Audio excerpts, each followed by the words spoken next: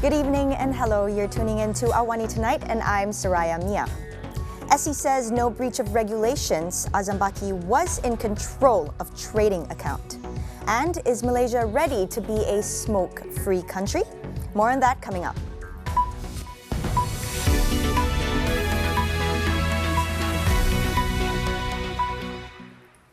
The Securities Commission SC clarified today that it found no evidence of proxy trading by Tan Sri Azam Baki.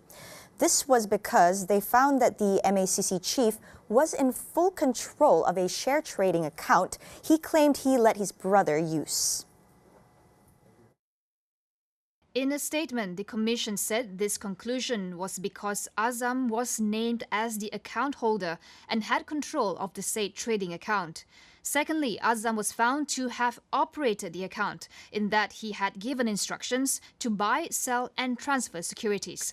Therefore, the SC arrived at the decision that there was no breach of Section 25(4) of the Securities Industry Central Depositories Act 1991. The government should establish an independent inquiry to investigate the allegations against Azam Baki. This is after the SE said it was unable to conclusively determine if the MACC chief had breached trading regulations over his ownership of shares in two public listed companies. In a statement, Professor Edmund Terrence called SC's explanation as unacceptable and said the latest development also showed exactly why it was crucial that Azam be made to go on leave pending a probe. He urged the government to immediately establish an independent committee to review the matter, given that SC was unable to provide an informed view of the allegations. Gomez is a former member of the MACC's Consultation and Corruption Prevention Panel. He resigned from the panel in protest over the panel's inaction towards the allegations against Azam. Selangor DAP Chairman Gobind Singh Deo questioned the Securities Commission if it passed the results of its investigation into Azam Baki to the Attorney General for legal consideration. The Puchong MP said that Tan Sri Idris Harun cannot stay silent on this matter, being the public prosecutor. Gobind said that while Section 25(4) of the Securities Central Depository Act 1991 deals with securities accounts, it is the AG who decides whether to prosecute or not. He also questioned if Idris had studied the SC's findings and made a decision on it. And if he did not, did the market regulator have the power to conclude the matter as it did without prior reference to him? Gobind pointed out that the power to institute, conduct or discontinue proceedings for any offence was with the AG as enshrined under Article 14 of the Federal Constitution.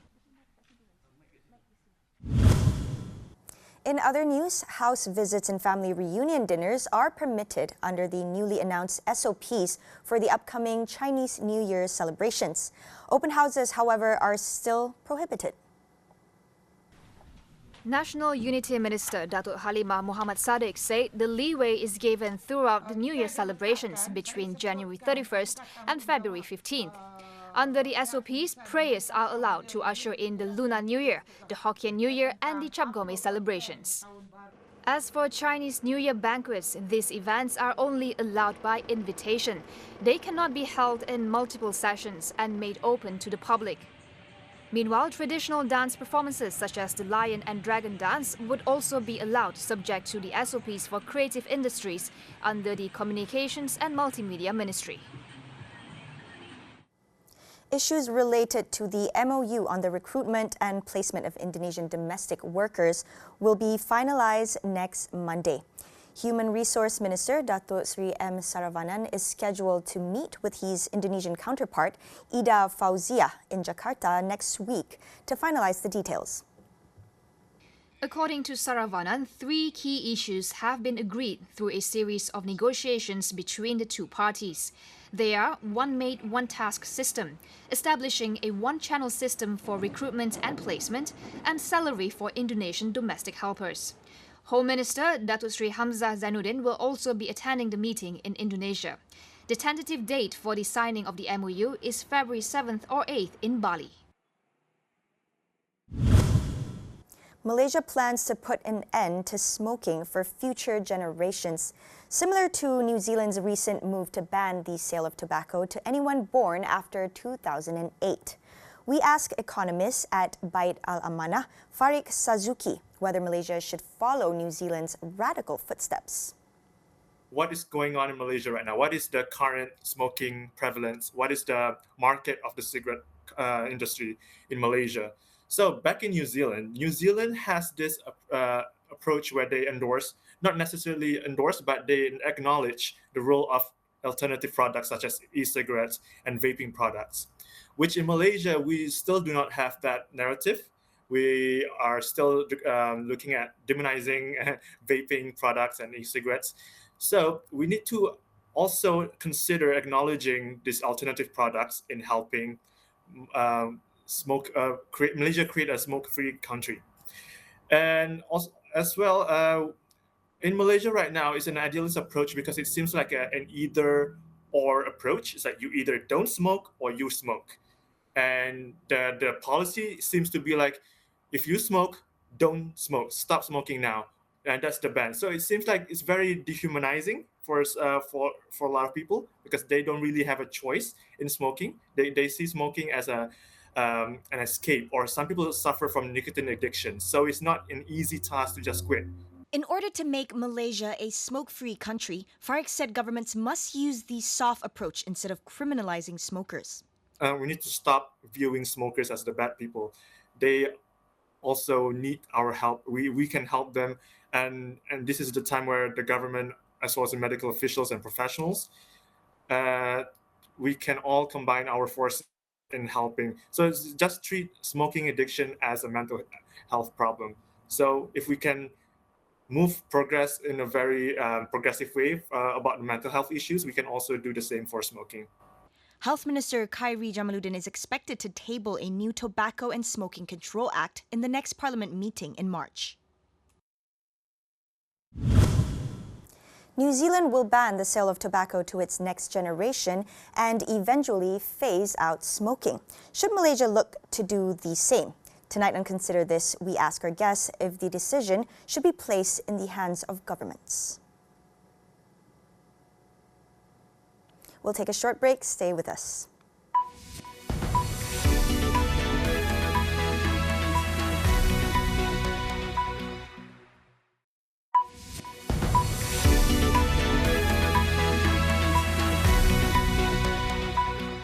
Welcome back.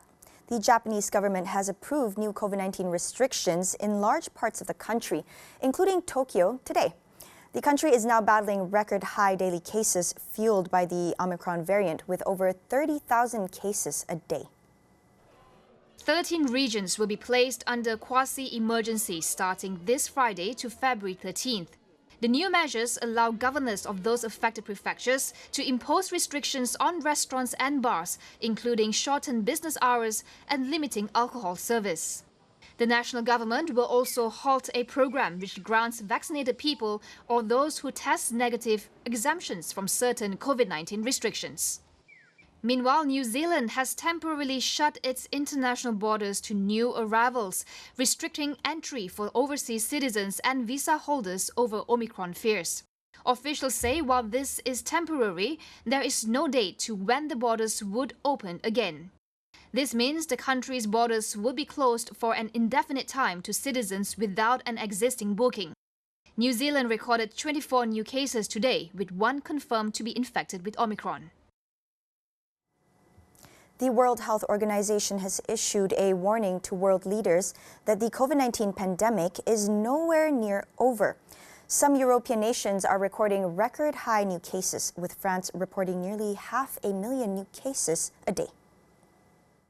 WHO Director General Dr. Tedros Adhanom Ghebreyesus cautioned against the assumption that the newly dominant Omicron variant is significantly milder and has eliminated the threat posed by the virus. Make no mistake, Omicron is causing hospitalizations and deaths, and even the less severe cases are inundating health facilities.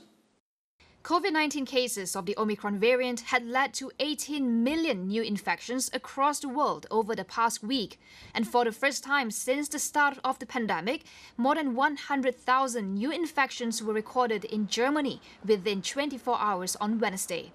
Dr. Tedros warned global leaders that with the incredible growth of Omicron globally, new variants are likely to emerge, which is why tracking and assessment remain critical. Meanwhile, the Tonga government says the nation is facing an unprecedented disaster after a massive volcanic eruption on Saturday. At least 3 people were killed in the earthquake that triggered tsunami waves that wiped out hundreds of homes. Officials cautioned the death toll is expected to rise as more reports come in from outlying areas. Parts of the country is still being covered in thick volcanic ash. Meanwhile, the undersea telecommunications cable connecting Tonga to the rest of the world was also badly damaged. The company that owns the cable said repairs will take at least a month, further hampering relief efforts. According to Prime Minister's office, in its first contact with the outside world, 3 of Tonga's smaller islands suffered serious damage from tsunami waves, which rose up to 15 meters in height. 2 ships from the New Zealand Navy carrying rescue teams and critical water supplies arrived in Tonga today.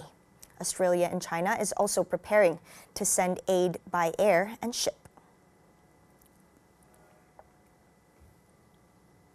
Cambodian opposition leader Kem Sokha called for the court to drop the treason charges against him. His trial resumed for the first time today after being delayed for 2 years due to the COVID-19 pandemic.